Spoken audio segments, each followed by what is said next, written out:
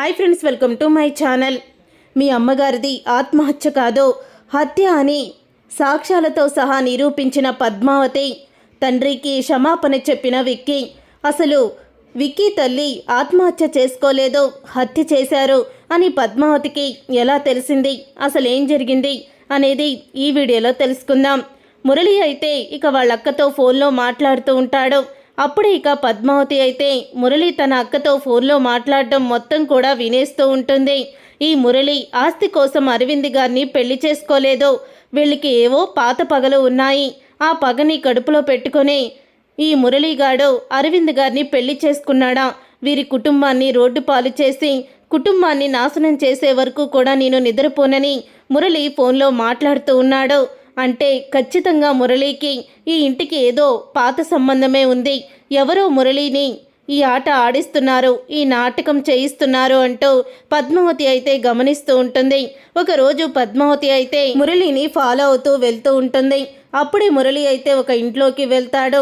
వెళ్ళిన తర్వాత ఇక మురళి అసలు ఇంట్లోకి ఎందుకు వెళ్ళాడు అని బయట కిటికీలోంచి చాటుగా చూస్తూ ఉంటే అప్పుడే మురళి తన అక్క దగ్గరికి వెళ్తాడు. వెళ్ళిన తర్వాత మురళితో వాళ్ళక్క అంటూ ఉంటుంది, ఏంట్రా నీకు చెప్పిన పనేంటి, నువ్వు చేస్తున్న పనేంటి, అసలు నిన్ను ఆ రమేష్ చంద్ర ప్రసాద్ని ఎందుకు ఇంటికి వచ్చాడో, సడన్గా వాళ్ళ కోడలు ఎందుకు అతన్ని ఇంటికి తీసుకువచ్చిందో తెలుసుకోమంటే నువ్వేమో ఆ రమేష్ చంద్ర ప్రసాద్ చిన్న కూతురుతో తిరుగుతున్నావేంటి అని అడుగుతూ ఉంటుంది. అప్పుడే ఇక అదేంటక్క, నేను తనతో తిరుగుతున్నానని నీకెలా అర్థమైంది అని అనగానే నాకు అన్నీ తెలుస్తేరా అని అంటూ ఉంటుంది. అయినా నువ్వేంటి మళ్ళీ ఆ రమేష్ చంద్ర ప్రసాద్ రెండో కూతురు వెంట పడుతున్నావు, ఉన్న కూతుర్ని పెళ్లి చేసుకున్నావు, కేవలం నీ పగ గురించే పెళ్లి చేసుకున్నానక్క, లేకపోతే ఆ కుంటిదాన్ని ఎవరు చేసుకుంటారో అని చెప్పావో, మళ్ళీ ఎందుకురా ఆ పిల్ల చుట్టూరు తిరుగుతున్నావో, ఈ విషయం తెలిస్తే ఆ రమేష్ చంద్ర ప్రసాద్ ఊరుకుంటాడా, నిన్ను నరికి ముక్కలు ముక్కలుగా చేసి పార్సిల్ చేసేస్తాడు అని అంటూ ఉంటుంది. అప్పుడు ఇక మురళి అయితే నన్ను చంపడం అంత తేలిక కాదులే అక్క, నా నిజస్వరూపాన్ని తెలుసుకోనా, తెలిసి అందరూ కూడా మౌనంగా ఉండిపోతున్నారు, కేవలం అరవింద కోసమే, ఆ అరవిందని అడ్డం పెట్టుకొని నేను నాకు కావాల్సిన పనులన్నీ చేస్తాను అని అంటూ ఉంటాడు మురళి అయితే. ఇక మురళి అన్న మాటలకి త్వరలోనే ఆ ఇంట్లో ఎవరొకళ్ళ చావు వార్త నేను వినాలి అని అనగానే చావు వార్త వింటావక్క, ఆ అరవిందుదే వింటావో అని అంటూ ఉంటుంది. అరవింద తన తల్లి తన కడుపులో పుడుతుందని ఎంతో ఆనందపడిపోతూ ఉంటుంది. వాళ్ళమ్మ ఆత్మహత్య చేసుకుందని, అది వాళ్ళ నాన్న కారణంగానే అని ఆ రోజు నేను నాటకం ఆడించాను.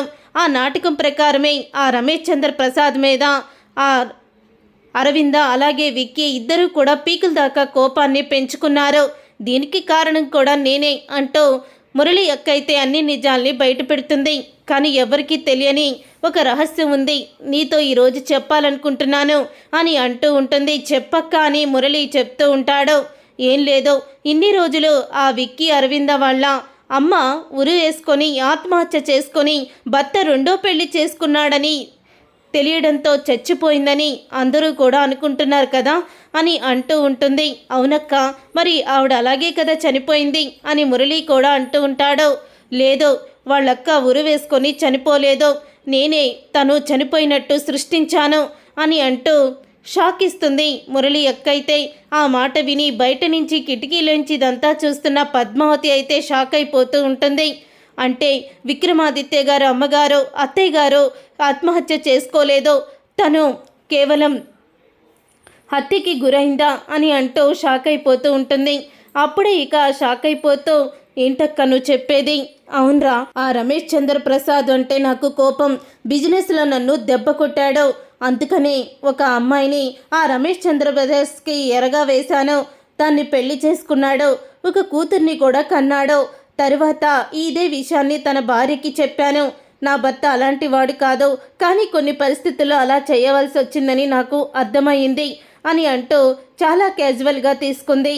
ఆ రమేష్ చంద్ర ప్రసాద్ మొదటి భార్య, తర్వాత ఇంకొక అమ్మాయి పరిచయం అయ్యేలాగా చేసి ఆ రమేష్ చంద్ర ప్రసాద్కి కావాలనే ఇదంతా చేశాడని మీకు విడాకులు నోటీస్ కూడా పంపిస్తున్నాడని కూడా చెప్పాను, కానీ తను నమ్మలేదో, నా చెంప చెల్లుమనిపించింది, అందుకే నన్ను కొట్టింది, మళ్ళీ నిజాన్ని బయట పెడితే ఎక్కడ ఏ రిస్క్ వస్తుందా అని చెప్పి నేనే రమేష్ చంద్రప్రసాద్ మొదటి భార్యని చంపేశాను.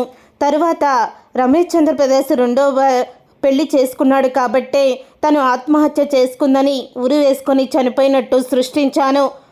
ఆ విక్కీ అరవింద్కి కూడా మీ అమ్మని చంపింది మీ నాన్నే అని, మీ నాన్న కారణంగానే మీ అమ్మ ఆత్మహత్య చేసుకుందని వాళ్ళిద్దరిలో విషపు బీజాల్ని నాటాను అంటూ మురళి ఎక్కైతే అసలు నిజాన్ని బయట పెడుతుంది.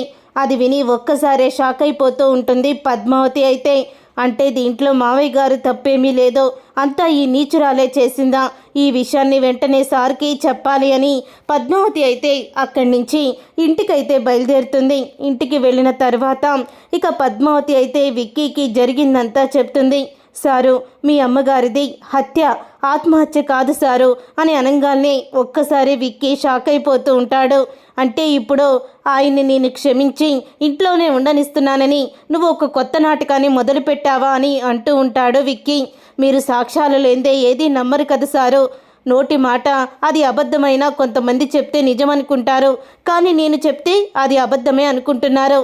అందుకనే మీకు ప్రూఫ్స్తో సహా వచ్చాను చూడండి అని చెప్పేసి ఒక వీడియోని చూపిస్తాడు. మురళి వాళ్ళక్క ఇద్దరు మాట్లాడుకునే వీడియో అది. ఆ వీడియోని చూసి షాక్ అయిపోతూ ఉంటాడు విక్కీ అయితే. విన్నారుగా సారు, మీ అమ్మగారు చనిపోలేదు, హత్యకి గురయ్యారు, కావాలని నిజం ఎక్కడ బయట పెడుతుందా అని చంపేశారు.